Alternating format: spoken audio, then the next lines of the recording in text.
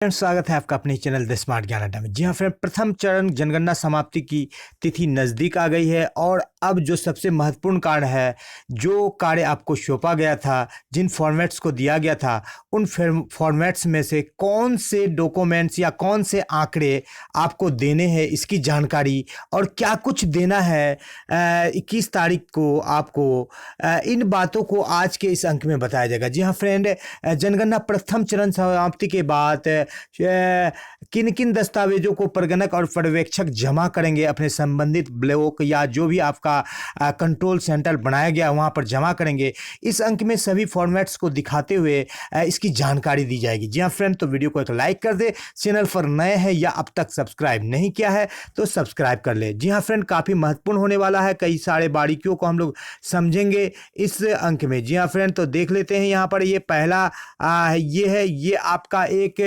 Slide है। ये किस तरह का स्लाइड है? ये स्लाइड है आपका संक्षेप में कि सभी पर्यवेक्षक महोदय से अनुरोध है कि प्रगणक से निम्न कागजात प्राप्त कर लेंगे। आपको प्रत्येक कागजात के विषय में विस्तृत जानकारी दी जाएगी। नजरी नक्शा 2 प्रति, एक मूल प्रति और दूसरा फोटोकॉपी, या आपको यदि 2 प्रति मूल प्रोवाइड किया गया है तो 2 प्रति मूल भी आप दे सकते हैं। तो 2 प्रति में नजरी नक्शा प्रगणक भी देंगे और 2 प्रति में सुपरवाइजर भी यानी कि पर्यवेक्षक भी देंगे। जी हाँ फ्रेंड, दूसरा देख लेते हैं। प्रगणक का संपूर्ण कवरेज का प्रमाण पत्र आपको दिखाया जाएगा किस तरह का प्रमाण पत्र है, और प्रगणक के प्रमाण पत्र को जो है सुपरवाइजर यानी कि पर्यवेक्षक प्रमाणित करेंगे और पर्यवेक्षक के प्रमाण पत्र को चार्ज अधिकारी प्रमाणित करेंगे। कुल भवन संख्या आपको बताया जाएगा, कुल भवन संख्या आपका कहां से निकलेगा, आपको बताया जाएगा कुल मकान संख्या आपका कहां से निकलेगा, गणना ब्लॉक में परिवारों की कुल संख्या कहां से निकलेगा, ये सारे चीज आपको बताया जाएगा। गणना ब्लॉक आंकलित जनसंख्या, बेघर परिवारों का फॉर्म, अगर बेघर परिवार नहीं है तो प्रपत्र को नील कर जमा करेंगे। जी हाँ फ्रेंड, तो ये सारे विषय पर आपको जानकारी दी जाएगी। तो चलते हैं अगले स्लाइड पर और देखते हैं क्या कुछ जानकारी निकल कर के आ रही है। सबसे पहले ये फॉर्म आप देख लीजिए, ये एक फॉर्म है, पहचान संबंधी विवरण यहाँ पर आपको दिया गया है। तो इसमें इसको छोटा कर लेते हैं। तो ये पहचान संबंधी विवरण का जो ये फॉर्म है, जो फॉर्म का जो है अगला पृष्ठ सबसे ऊपर में, इसके बाद आपको 4-5 कॉलम में फॉर्मेट भरना है। तो इसमें जो भी नाम, जिला का नाम है, प्रखंड का नाम है, पंचायत का नाम है, गणना ब्लॉक, उप गणना ब्लॉक, तो इसमें सबसे बड़ी बात है कि यदि आपका जिला का नाम का कोड 2 अंकों में है तो 2 अंक भरेंगे। यदि आपके प्रखंड का कोड 2 अंकों में है तो 2 अंक भरेंगे, आगे खाली छोड़ देंगे। अन्यथा की स्थिति में कई बार जो है कंप्यूटर सॉफ्टवेयर में दिक्कत हो जाती है और उस तरह के फॉर्मेट को रिजेक्ट कर दिया जाता है। आपका पंचायत का कोड मान लीजिए कि 2 ही डिजिट में है, लेकिन आपने 00 लगा करके 4 डिजिट भर दिया है, तो हो सकता है वहां पर कंप्यूटर यानी कि संगणक को कार्य करने में दिक्कत हो, आपका फॉर्मेट जो है वहां पर फिर से आपको ब्लेड लगाना पड़े, ब्लेड से उड़ाना पड़े या अन्य मुशक्कत करना पड़े। तो आप अंतिम से फॉर्मेट को भरना शुरू करेंगे, अंतिम कॉलम से फॉर्मेट को भरना शुरू करेंगे और 0 नहीं डालेंगे, क्योंकि यदि आपका जैसा वहां पर कहा जाएगा कि 0 डालना है, जो आपका 3 डिजिट में आपको दिया गया है, जो चीज आपको 3 डिजिट का है वहां पर आप 0 लगा सकते हैं। 2 डिजिट में आपके आंकड़े हैं या 3 डिजिट में आंकड़े हैं, तो अन्यथा की स्थिति में आप वहां छोड़ देंगे। परिवार की संख्या आपका टोटल आएगा, ब्लॉक की संख्या, परिवार का संख्या जो क्रम संख्या होता है जहां से आपने काम शुरू किया था आपको दिखाया जाएगा, वो आपको परिवार की संख्या में आएगा। जैसे इस तरह के फॉर्मेट को आपने भरा था और इस तरह का ये जो क्रम संख्या, मान लीजिए मेरा काम यहाँ पर समाप्त हो जाता है 60 नंबर में, तो ये मेरा परिवार का संख्या पूरा होगा 1 से लेकर के 60 तक। भवन संख्या, ये भवन संख्या के कॉलम में अंतिम मिलेगा मेरा, जहां भी डाटा जाएगा 18। मकान संख्या, मकान संख्या के कॉलम में मिलेगा, जैसे ये मेरा डाटा जा रहा है 43।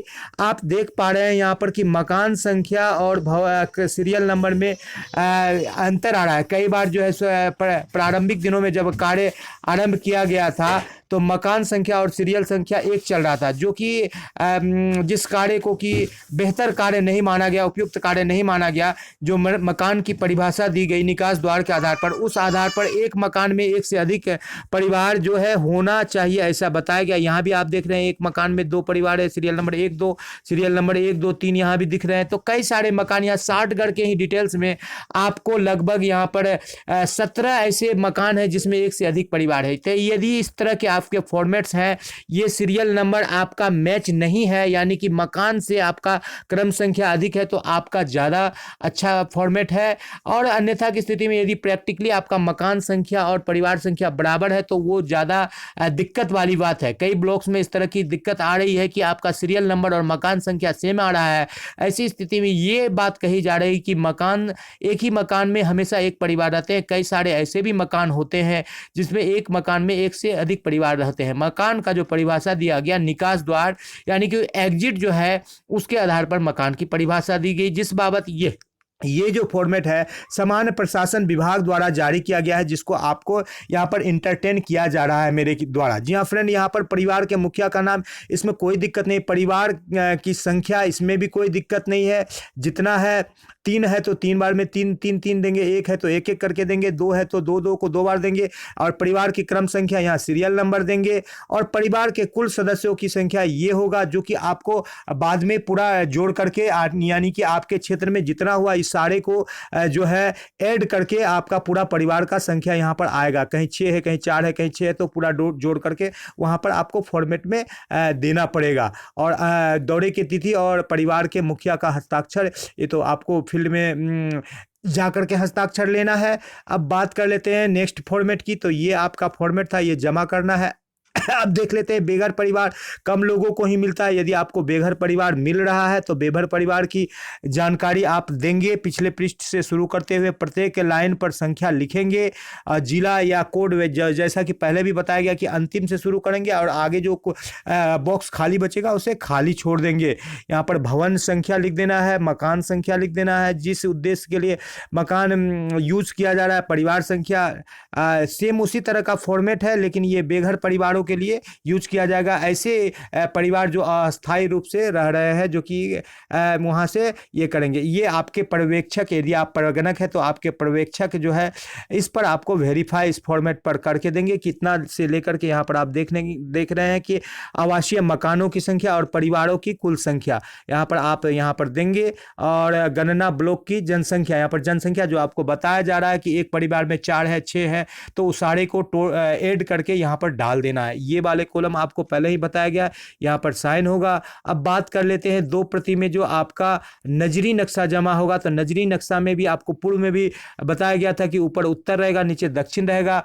गैर आवासीय को सिर्फ, और ये ध्यान रखेंगे कि जो भी त्रिभुज हम लोग बना रहे थे कच्चा मकान के लिए, और चतुर्भुज बना रहे थे पक्का, और त्रिभुज को हम लोग डॉट कर रहे थे।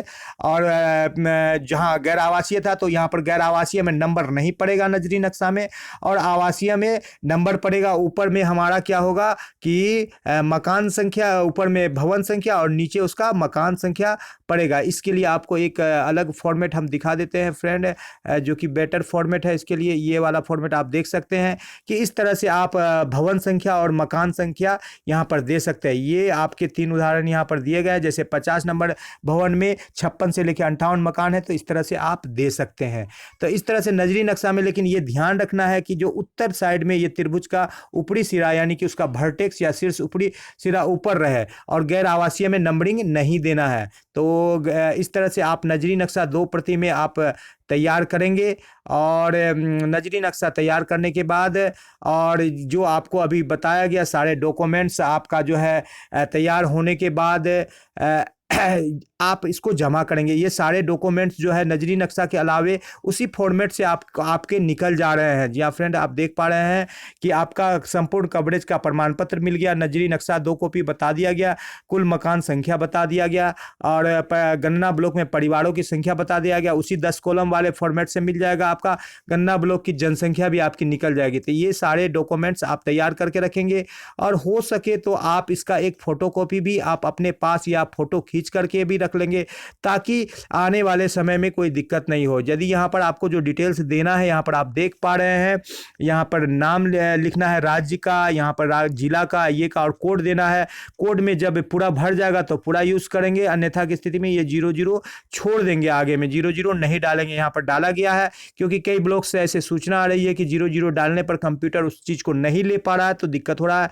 तो आप छोड़ करके रखेंगे, आपको बताया जाएगा डालने के लिए 00 तो डाल देंगे। रखेंगे, अन्यथा की स्थिति में आप खाली रखेंगे। जी हाँ फ्रेंड, तो इस तरह से इन्हीं सारे सिंबल्स का यूज़ करना है और नजरी नक्शा में जो भी महत्वपूर्ण, इनके अलावे भी कोई महत्वपूर्ण आते हैं तो आपको यहाँ पर टिप्पणी में दिया गया है कि आप उसको दिखा सकते हैं आप अपने नजरी नक्शा में। जी हाँ फ्रेंड, इस तरह से आपका कार्य संपन्न होगा और 21 तारीख की तिथि है जिसे आप जमा कर सकते हैं। जी हाँ फ्रेंड, तो आज के अंक में इतना ही। वीडियो पसंद आ रहा है तो लाइक कर दे, चैनल पर नए हैं या अब तक सब्सक्राइब नहीं किया तो सब्सक्राइब कर ले। द स्मार्ट ज्ञान अड्डा आपका चैनल है, साथ ही जो आपके उज्जवल भविष्य की कामना करता है। वीडियो को शुरू से लेकर अंत तक देखने के लिए आपका बहुत बहुत धन्यवाद। आपका दिन शुभ हो। जय हिंद, जय भारत, वंदे मातरम।